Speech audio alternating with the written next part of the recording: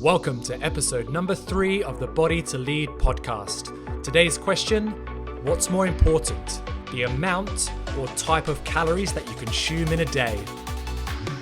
I'm Kyle Hubbard, personal trainer, nutrition coach, and international fitness presenter. And I'm Georgie Hubbard, personal trainer and mindset coach. And we're here to answer all of your biggest fitness and nutrition questions in under 10 minutes. We care about your health and well-being and are prepared to cut through the noise to help you find the answers. Having worked with thousands of clients, we've seen and heard it all. So if you're ready to take back control and know what it takes to get fit and healthy, then this is the podcast for you. Hello and welcome to another episode of the Body to Lead with myself, Georgie Hubbard. And me, Kyle Hubbard. So our aim is always to answer your biggest health and fitness questions in under 10 minutes. So without further delay, let's have a look at what we've got today. What is more important, the amount of calories or the type of calories you consume in a day? Really, really good question. Great question. I'm going to say absolutely it is the type of calories. And I'm sure Kyle would agree with me on that one. Yeah, 100%, 100%. So that's almost podcast over. No, no. I think what we should do is kind of go into, really what a calorie is, and then also what, the different types of calories that there are as well. So I guess to kind of talk about a calorie, it's a very scientific thing, and it's basically the amount of energy it takes to burn in a confined scientific lab, essentially, like the food takes to burn. So that's kind of how a calorie is predicted and made and measured. So that being said, our foods are made up of calories, and what we consume is the energy we then burn, our bodies eat, and we move throughout the day. So in our foods, we have all different types of calories. So there's 4 calories in carbohydrates, 4 calories in protein, 9 calories in fats, and 7 calories in alcohol. So obviously our foods are made up of all those different components of macronutrients, and they have micronutrients as well. So going back to then the question in terms of the amount or the type, well, you can think that let's talk about foods that have that are high dense foods but low calories. So in terms of like vegetables and some fruits, and they're the foods that are also higher in fiber. Okay, so for example, if you think about broccoli, well, you can have a lot of broccoli to eat. Probably a whole stalk. Whole stalk would be, not even a quarter of a burger. Yeah. And you'd struggle to eat a whole broccoli head anyway, because it's so full of fiber, which fills you up quicker. And that's the beautiful thing about whole foods, is that they've got the fiber content there, so you do feel fuller for longer straight away. Whereas if you ate something that was more processed, let's say a Big Mac, you eat it and then maybe an hour later you are hungry again, because your body hasn't had to break it down, because it's so processed that your body is just literally just like using it up really quickly. Whereas the fiber in our foods actually takes a lot longer for our body to break it down. So in terms of types of calorie versus the amount of calories, well, obviously you could consume a lot more whole foods but actually end up eating less calories than you would if you ate a lot more processed foods. I always love the example of the peanut butter example. So if you've got, let's say, 100 grams of peanut butter and 100 gram of peanuts, okay, so they're exactly the same food, except one's whole and one's processed. Well, your body is actually going to consume almost 100%, if not 100% of the fat from peanut butter, because it's processed and it's already been broken down from the body and it's easily absorbed.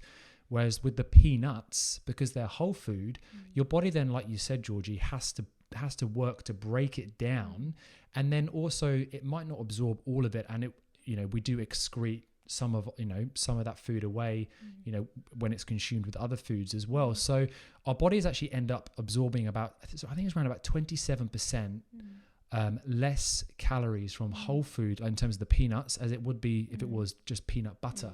So you can see there how when we process our foods, then we're going to be actually, even though we're consuming the same weight of food, 100 grams of peanuts or 100 grams of peanut butter, our bodies are actually going to absorb more calories. So we've eaten the same amount of calories, but our bodies don't absorb as many calories. Yeah, absolutely.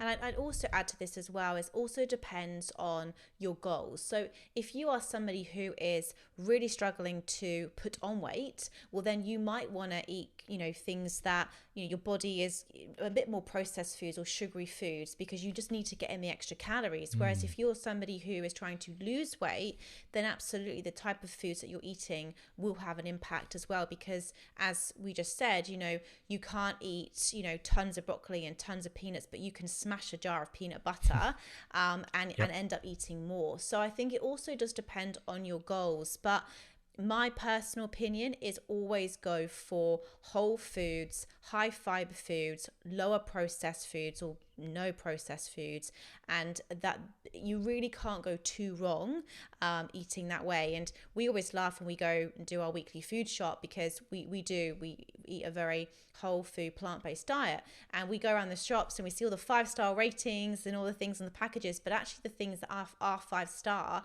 they don't need a label. So I think that just sort of tells a story in itself. But at the end of the day, how much calories you should be consuming. If you're trying to lose weight, obviously you should be in a deficit. If you're trying to put on weight, you should be in a surplus. Yeah. So, and I think, sticking on the calories, and like Georgie just said about the food packaging, well, the food packaging labels, they're not always honest, and they try and be as honest as possible, but they can be out by as much as 20%. Yeah.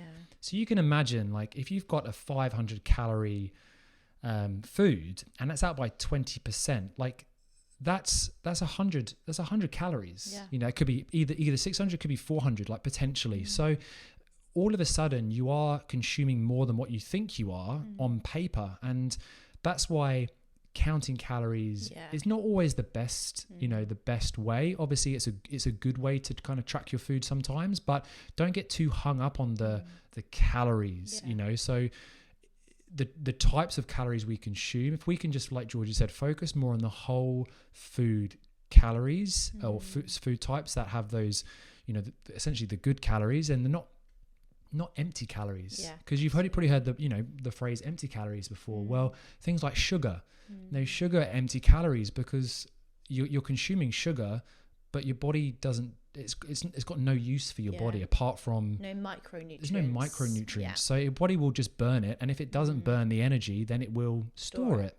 So we've got to be thinking, what are the types of calories that we are consuming, and what are our goals? Yeah, absolutely. So I guess in summary, if you are trying to lose weight, do try to avoid the processed sugary foods as much as you can. Eat a whole food diet, because it's going to fill you up for longer, and your body's going to work harder at rest to burn it. If you're trying to put on weight, then you can be a little bit more flexible with what you eat. But overall, I always think I don't like calories and diets. I think it's just, we need to move away from that, and if we can move away from that and just generally be more active, generally eat more whole foods, then we really can't go too wrong. But like Carl said, don't get too hung up on the calories on the packaging. Just aim to eat as clean as possible, as whole as possible, and you really can't go too wrong. So we hope that helps. I really hope that helps. And just I think just to kind of sum that up as well, there's no good or bad food. It just depends what you're trying to achieve with it. If you do eat a high calorie donut, well, maybe there is good reason for that. Maybe you do actually need the energy, but if you're consuming it and you think how many calories that actually is, and how much you actually have to work, or your body has to work to burn it off, then there's your kind of answer. So. And there's just one more thing on that as well. It's all of the extra food that you're eating around that sugary treat. So, I guess it's not a simple question to answer, because there's so many factors to it. But just eat as whole foods as you can. Try to avoid processed foods, and hopefully you can't go too wrong. So another episode done, and we will speak to you again soon. Have a fantastic day ahead. Have a wonderful day. Thank you for listening to today's episode. If you have any burning questions that you want answered, be sure to reach out to us on social media. I'm Kyle Edward Hubbard on Facebook and Instagram. And I'm Georgie L. Hubbard on Facebook and Instagram. If you've enjoyed today's episode, we would love it if you left us a review. and we look forward to speaking with you again soon. Have an amazing day.